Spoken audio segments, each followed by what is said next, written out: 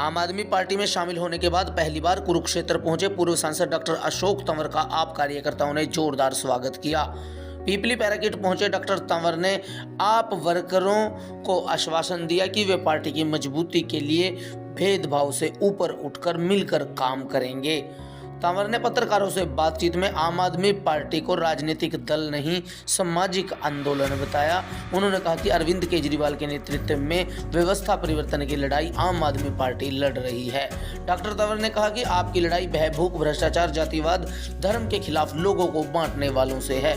कांग्रेस में प्रदेश अध्यक्ष रहे तंवर ने पत्रकारों द्वारा कई पार्टियां बदलने और आप में जाने व अन्य दलों और आप में फर्क पूछा तो तंवर ने कांग्रेस को जमकर कोसा और बेबाकी से सवालों का जवाब दिया।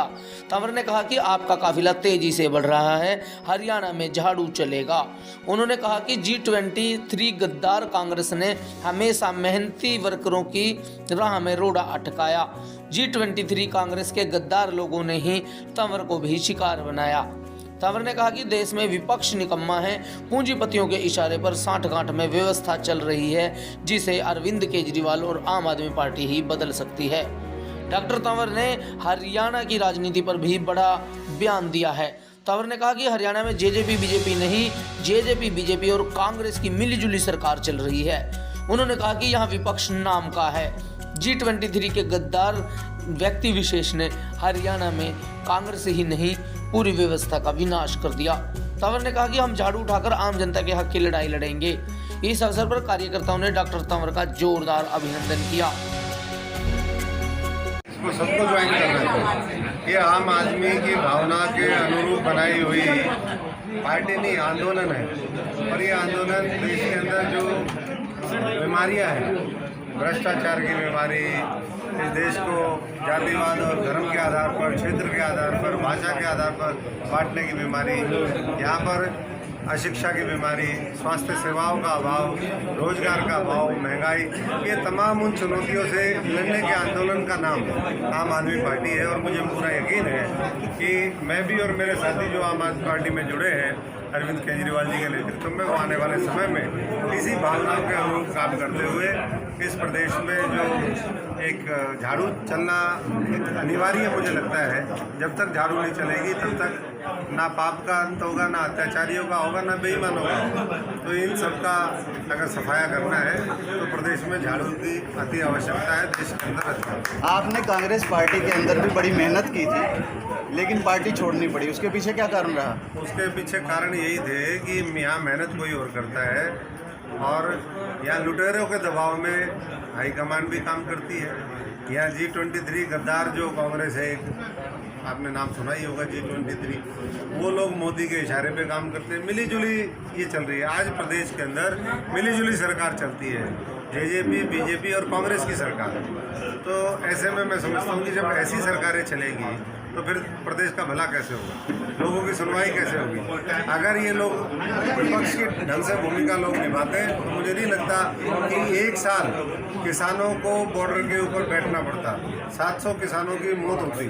तो ये जो शहादत हुई ये केवल और केवल इसलिए हुई कि विपक्ष निकम्मा था। संसद और विधानसभाओं में वो जो जन विरोधी कानून है वो वहाँ पर पास होते रहे और ये साठगांठ महापूंजीपतियों के इशारे पे चलती है, जिसका आने वाले समय में हमें डट करके मुकाबला करना। कांग्रेस के बाद आपने दोबारा पार्टी ज्वाइन की थी, उसको भी आपने छोड़ दिया। देखिए, एक एक मिनट कीमती है इस देश को बचाने के लिए। और मैं ये सबसे आह्वान करूँगा जो घरों में बैठे हैं, जो शांति ये सोच रहे हैं कि भाई ऐसे ही हो जाएगा, वो सब निकले और जहाँ काम हो रहा है।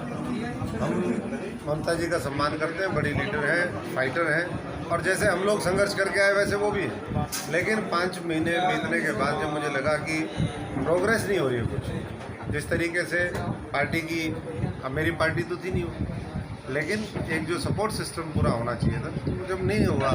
और दूसरी तरफ केजरीवाल जी और तमाम उनके सहयोगियों का उनकी तरफ से भी बात थी कि भाई अच्छे लोगों की ज़रूरत है और आप अगर आएंगे तो और ताकत मिलेगी इस हरियाणा के अंदर, आम जनता को ताकत मिलेगी, आम जनता के मुद्दों को ताकत मिलेगी। और हमने महसूस किया। हमारे सारे साथियों ने बात कही कि हमें आम आदमी के साथ जुड़ करके आने वाले समय में लड़ाई। इसके पीछे पंजाब की जीत तो नहीं है कहीं? देखिए, जीत और हार से, हार में न जीत में, किंचित नहीं भयभीत में, कर्तव्य पथ पर जो चले ये भी सही वो भी सही। ये हार जीत का तो सवाल कभी होता ही नहीं ना। मैं उन चीज़ों को देख, फौजी का बेटा कभी युद्ध के मैदान में जाता है तो ये थोड़ा देखता है कि मैं हारूंगा यार, और गोली मार के भी आ सकता है, गोली खा के भी आ सकता है, वो शहीद भी हो सकता है, वो दुश्मन के दांत खट्टे भी कर सकता है। तो यहाँ पर जो है, जो हमें सपोर्ट सिस्टम नहीं मिला, मैं समझता हूँ कि वो कांग्रेस पार्टी के अंदर ये जो आज दिखा रहे हैं कि हम चेहरे हैं, ये चेहरे पे तो हर एक के ऊपर नकाब है। धीरे धीरे वो नकाब जब हटेंगे ना तो सब इनका असली चेहरा सामने आएगा। कहते हैं ना, नकली चेहरा सामने आया, असली सूरत छुपी रहे। तो असली सूरत दिखाएंगे धीरे धीरे, अभी समय बहुत है। तो कल को अगर इस पार्टी में भी आगे कुछ आपको नहीं लगता है तो क्या फिर से आप पार्टी बदलेंगे? देखिए मैडम, बात ये है, जो मुद्दे हैं, सिद्धांत हैं, और जिस सोच को लेकर के हम राजनीति में हैं, मैं कोई राजनीतिक घराने से तो हूँ नहीं, लेकिन मुझे लगता है कि ये उसकी भावनाओं के अनुरूप काम करेंगे और लग भी रहा है वैसा। तो मुझे नहीं लगता कि वो सोचने की जरूरत पड़ेगी। और जहाँ गलत होगा, गलत के खिलाफ तो अशोक तंवर ने हमेशा आवाज़ उठाई है और आगे भी उठाई।